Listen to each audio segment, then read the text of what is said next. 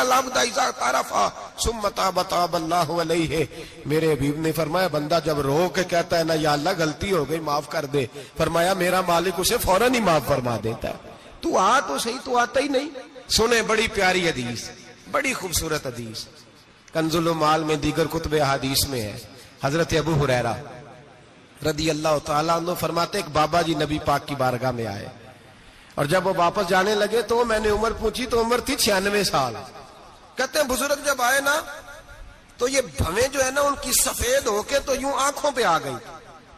بڑی چھڑی بابا جی نے پکڑی ہوئی اور دونوں ہاتھ پکڑ کے نا چھڑی کے اوپر جھکے ہوئے ہیں ایک جانب. قربان جاؤں. کہتے ہیں جب وہ بزرگ مسجد میں داخل ہوئے تو میرے رسول نے کھڑے ہو کے استقبال فرمایا، کھڑے ہو. اور نبی کریم صلی اللہ علیہ وسلم نے آگے بڑھ کے بابا جی کو بازو سے پکڑا اور بٹھایا. حضور بیٹھ گئے. کہا بزرگوں کیسے آئے ہو؟ تو کہتے ہیں وہ بابا جی بات کرتے تو آنکھ کھول کے پہلے حضور کا چہرہ دیکھتے، پھر وہ بات کرتے تو ان کے لب و لہجے کے اندر بڑی پریشانی، بڑی تکلیف، بڑی مایوسی. عرض کرنے لگے یا رسول اللہ، حضور زندگی ساری گناہوں میں بیت گئی ہے، حضور غلطیاں ہی غلطیاں، یاد ماضی عذاب ہے، یا رب چھین لے مجھ سے حافظہ میرا. اے اللہ کے رسول بڑی لمبی فہرست ہے، پاپ ہی پاپ ہے، کالے سیاہ دفتر ہے. یا رسول اللہ صلی اللہ علیہ وسلم جب پلٹ کے دیکھتا ہوں حضور مجھے نیکی دکھائی نہیں دیتی.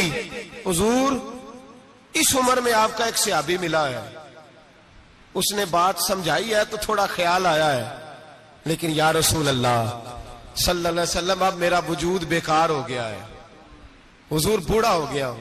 3 باتیں کہیں بزرگوں نے اور نرالی کہیں.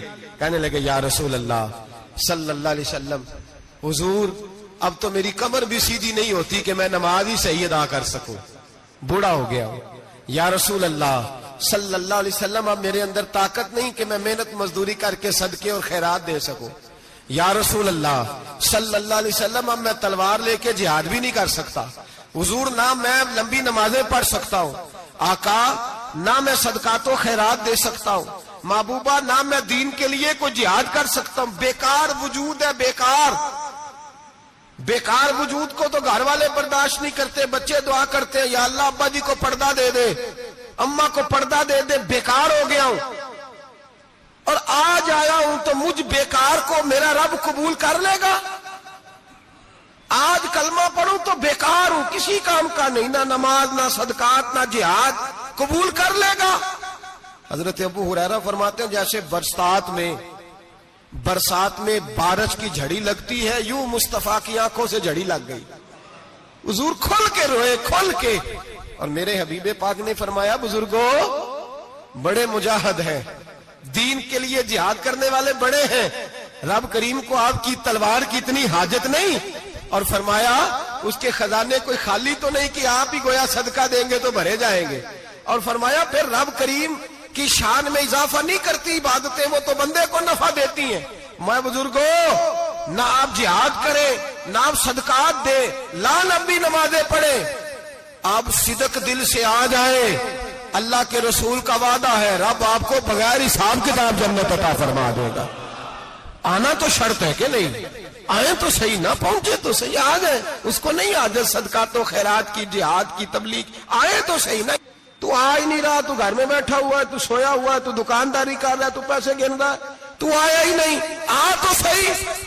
بلکہ میرے نبی پاک فرماتے ہیں جب اللہ پاک کا بھاگا ہوا غلام آتا ہے پھر تو اللہ زیادہ راضی ہوتا ہے، پھر تو اللہ زیادہ راضی ہوتا ہے، زیادہ راضی ہوتا ہے. تو آ تو صحیح، پہنچ تو صحیح.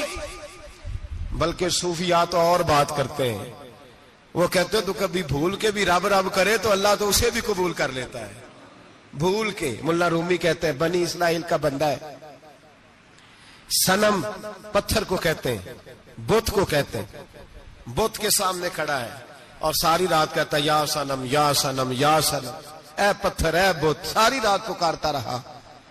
رات گہری ہو گئی، نیند کا غلبہ، تھک گیا، سونے کے قریب آیا تو غلطی سے منہ سے نکل گیا یا صمد، یا صنم کی جگہ نکل گیا. رب کریم نے فرمایا جبریل دوڑ کے جا، جو مانگتا ہے اسے دے دے. حضرت جبریل عرض کرتے ہیں مولا بھول کے تیرا نام لے رہا ہے، بھول کے لے رہا ہے، تو رب کریم نے فرمایا چل نام تو میرا ہی لے رہا ہے نا، میرا لے رہا ہے نا یا اللہ. وہ اللہ کریم نے فرمایا جھوٹے کے سامنے ساری رات کا کھڑا ہے، ساری رات کا پکار رہا ہے، اسے کچھ نہیں ملا، تو سچے کا نام لیا ہے. اگر میں بھی کچھ نہ دوں اور بت میں اور مجھ میں فرق کیا رہ جائے گا؟ جا جو مانگتا ہے جھولی بھر کے دے، نام تو لیا ہے نا.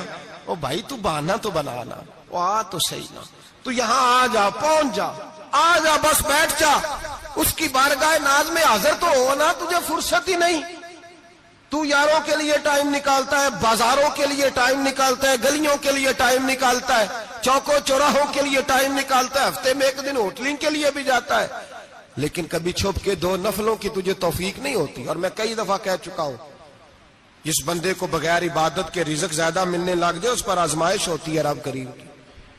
اللہ فرماتا ہے اس کو پیسے دو، اسے آنے نہ دینا، اس کو چل پیسے دوڑ جا. لوگ سمجھتے ہیں میں بڑا ذہین ہوں، عقل مند ہوں، دیکھو میں اپنی ہوشیاری سے، چلاکی سے آگے نکل گیا. تو آزمائش ہے، یہ تو آزمائش ہے رب کریم کی طرف سے، یہ تو اس کی خفیہ تدبیر ہے. میرے بھائی اس کی بارگاہ ناز تک جو آ گیا، آنا تو ہماری ذمہ داری ہے کہ نہیں؟ پھر اس کی رحمت آگے بڑھ کے استقبال کر لیتی ہے. اور خدا کی رحمت کتنی زیادہ ہے. میرے حبیب کریم سید عالم صلی اللہ علیہ وسلم نے فرمایا اللہ نے اپنی رحمت کے 100 حصے کیے. حضور فرماتے ہیں 1 حصہ اللہ نے دنیا میں نازل کیا ہے.